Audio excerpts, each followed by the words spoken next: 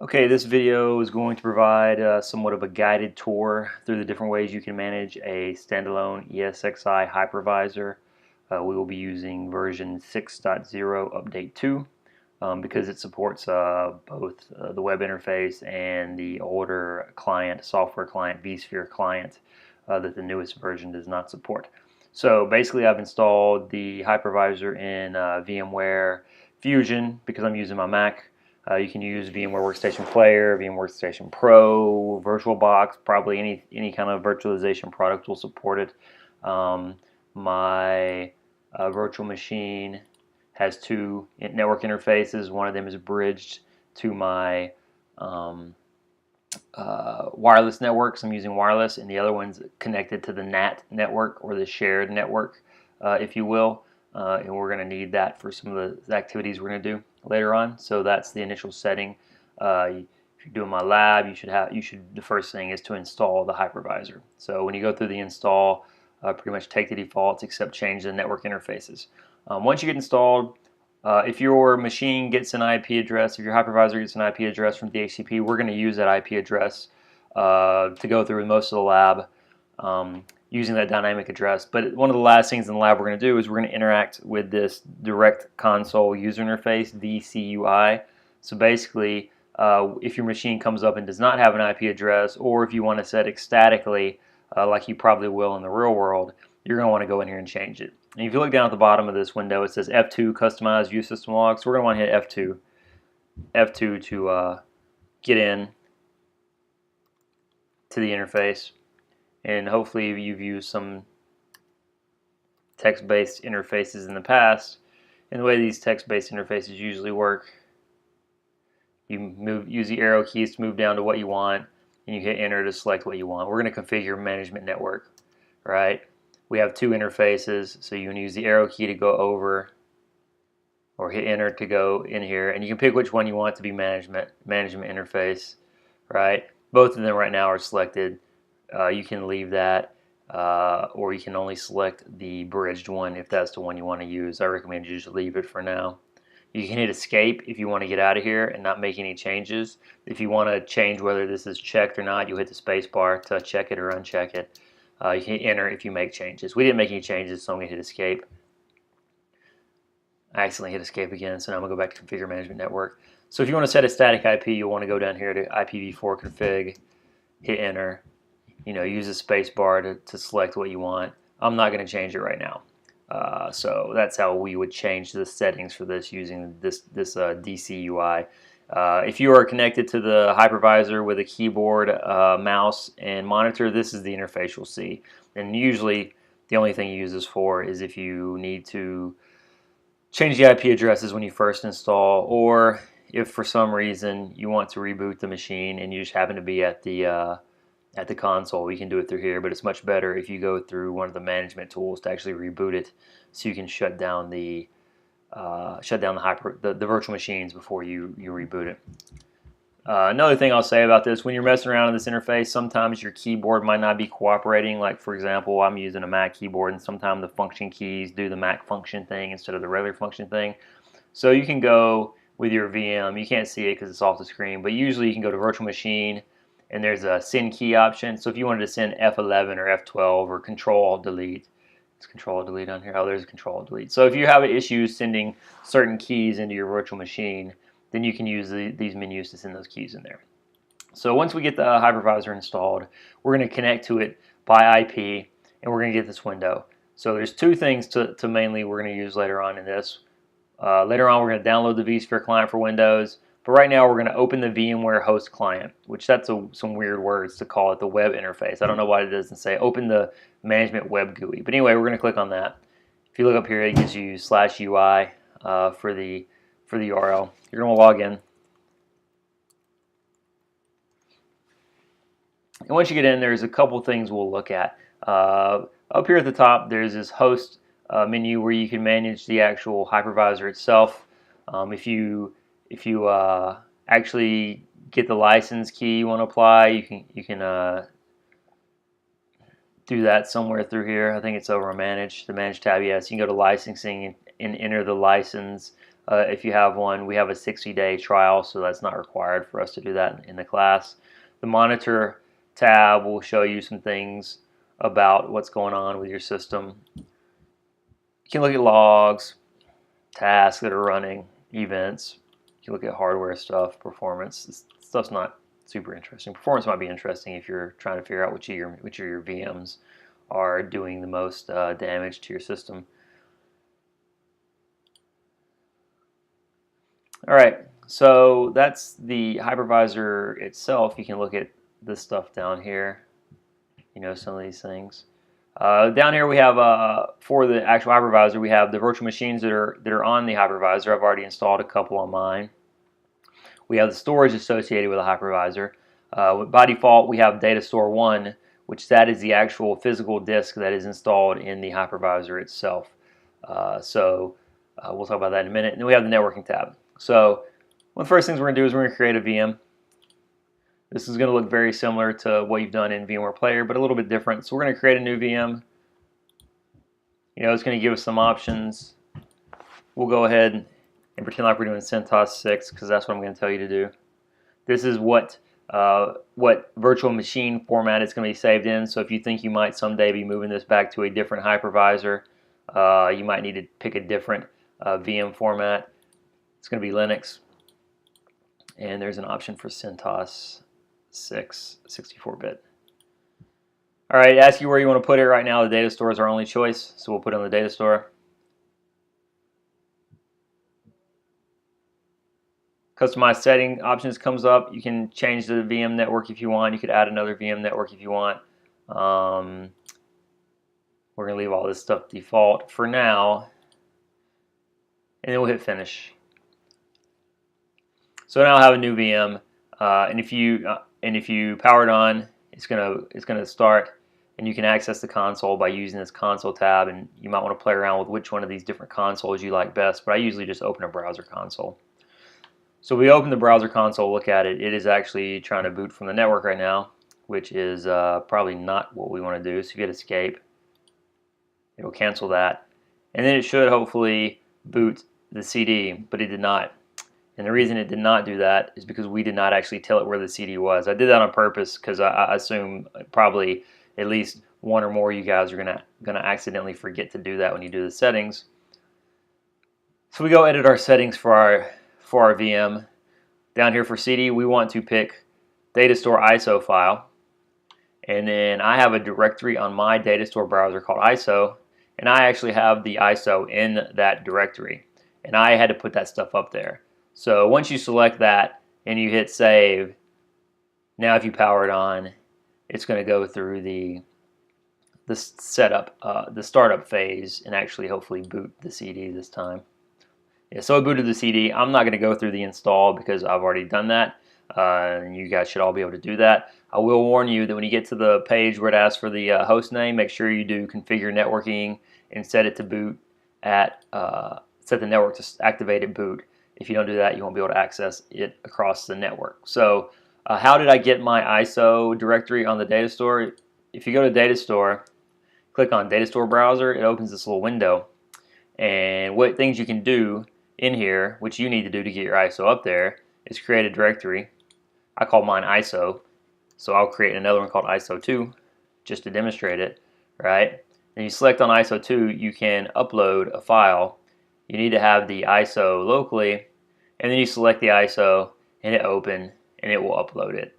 So let's see, what do I have? Is that the smallest one I have? Yeah, or whatever. I'll go ahead and upload it again. So now it's should be uploading here. Up here it says we have 17% uploaded. So it'll upload this ISO up to the Datastore on the disk, on the disk on the actual hypervisor itself, so that we can access it to install. So that's going to keep running until it finishes. Right, so if you're doing this, you'll need to go back and do your VM now. So that is creating a VM. There's a couple other options that we can do if we need to have a new VM. If we have an OVF or an OVA file, we can deploy that. I told you guys to save an OVA file in Lab 1. So you're going to try to deploy that. But it says right here, OVA deployment is currently limited to files under 1 GB in size due to web browser limitations. So Go ahead and try it, but if your file's bigger than a gig, it's not going to work. I recognize that. Demonstrate that to me to show me that you tried. It says you can extract it and provide an OVF and a VMDK. We're not going to do that this week. We're going to mess around with some other stuff later on for OVAs and whatnot. So just skip that when it fails. Another option is to register an existing virtual machine. What does that mean? Well, that means if you have a VM that already exists in VMware format with a VMX file and a VMDK and the other associated files, then you can register that existing virtual machine, which basically tells the hypervisor, hey, these files already exist and are all out there. I just need you to load them into your inventory. So same thing with this. First thing we need to do is get it onto the data store. So the way I did that was I did that with this Windows 9 IE virtual machine. So what you need to do is basically create a new directory on the data store for the virtual machine you want to upload. I'll call that new VM. When you select that directory, you want to upload the files, and then you go down to find wherever your virtual machines are. Documents, is that where my virtual machines are? Yeah, virtual machines. You want to go find your virtual machine and go find the VM files, and then you're going to want to upload the VM files that are in there. So if I was doing this Mint, I would do the VMX file. I would upload that one. I would also want to upload at least the VMDK file, and that would start uploading. Can I cancel? Yeah, I guess I'll let it keep going since I don't know if I can cancel it or not. So basically, you need to upload the files in that directory until you get all the files you need. Which files do you need? I don't really know. I know you need the VMX because that's the config file, and I know you need a disk. So you could just do those two and try to start it. This machine, I'm pretty sure, is suspended and not turned off because I have things like NVRAM and VMEM files. So you probably don't need those, but just try to start it, and if it fails, try to figure out what files you need. I will mention that I tried to upload a VM. This is a VM that saved the disk as one big file. If you remember from VMware Player, it asked us if we wanted to store the file as one big file or multiple smaller files that were easier to manage. I did try to upload a file that was, I did try to upload a VM that was multiple files, and it failed to turn on. It said it was invalid, and I didn't really get around to figuring out why it said that. So if you have that issue, just take a screenshot of that or demonstrate it to me if you're in the lab, and I'll take a look at it. But I don't really know what the solution to that is. It may not be feasible to upload a multiple disk image, but I just didn't get around to trying to figure that out yet. So those are the three ways. Oh, well, sorry. Once the files are all uploaded, you can right-click on it here and do Register VM, and that will try to register it. Or you can go back to where we were at before and go through this way, register an existing virtual machine. And then it asks you for the files, so then you can pick the files just like you would have before. You'll pick the VMX file, I think. So if I wanted to register this one, I hit select and register, but that's one already registered. So once this finishes uploading, I can hit that and hit select, and hopefully it will load it, and then you'll be able to turn it on. So that is 3 different ways you can start a virtual machine. Another thing we're going to do, we're going to mess around a little bit with virtual networking. If we go over to networking, we have the main things we are going to worry about in here: our virtual switches, our port groups, and our physical NICs. If you look at this case, look at this. I have 2 physical NICs. I have a virtual switch 0, which I'm not sure what my config was of this last time I checked. Yeah, I have two uplinks associated with this. So right now I have both of my NICs associated with this virtual switch. So in the lab, you're going to start out without having both of these VM NICs associated with virtual switch 0. So we're going to go ahead and take that one off for now so I can show you what it's going to look like. Did it take it off? Yeah, it took it off. It took one of them off. That's fine.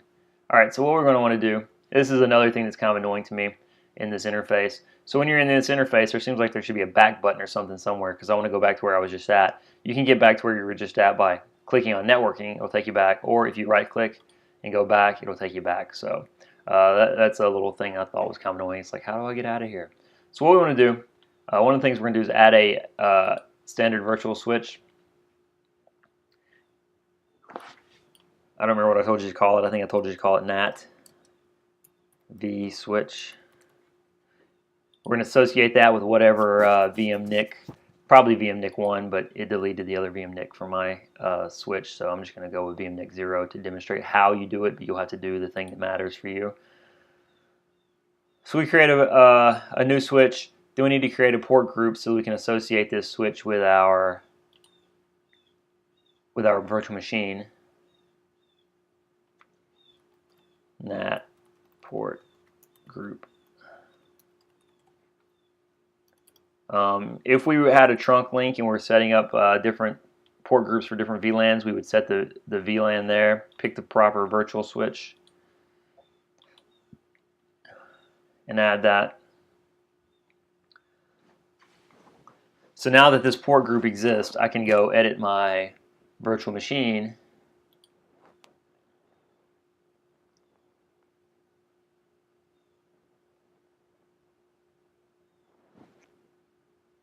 Edit my virtual machine.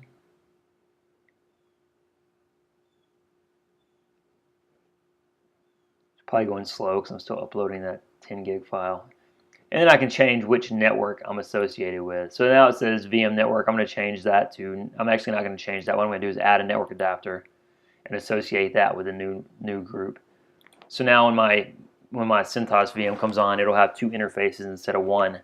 So then we'll need to go in and configure it to use that second interface, and you should be able to get an IP from DHCP from the NAT network. So that's part of the lab too, to mess around with the virtual networking settings. So let me make sure I talked about everything I wanted to.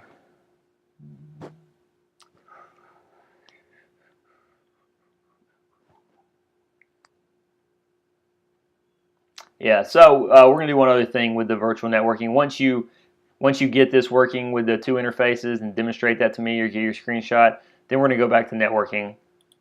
Well, first we're going to go back to the VM.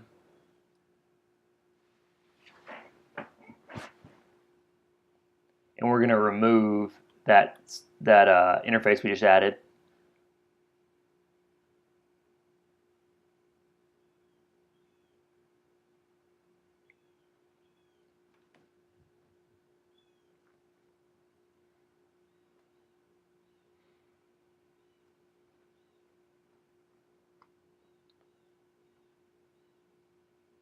We're going to remove that interface that was just added. Right. We're going to go back to networking. Go back to networking. We're going to delete the port group. You can't delete the port group if you don't delete the if there's a machine still using it, you can't delete it. So that's why we had to delete that first. Now we'll remove this port group.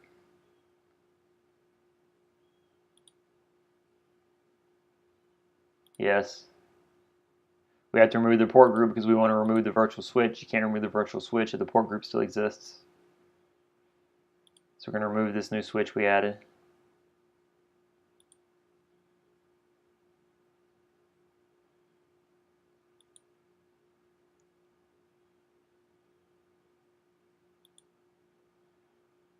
Alright, and then we're going to go edit our vSwitch 0 to add back a redundant link. So the first time you click on this, I don't know if it's going to tell me this time, yeah, but the very first time I clicked on it, it gave me a warning saying, hey, you don't have two uplinks, you should have two uplinks. So we're going to add our other link back in. So we're going to add the other uplink, which would automatically put it on there for us. So if we just do save, we should have our other uplink back in there.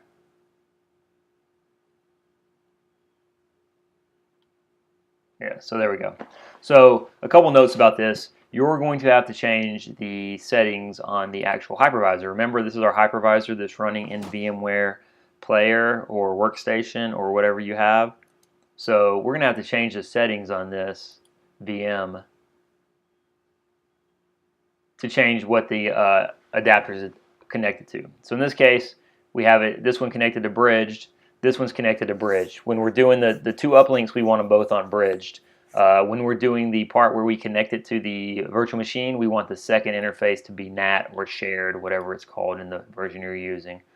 So you're going to have to modify those these settings for the actual hypervisor as we are doing the lab, so we can do the different parts we want to do.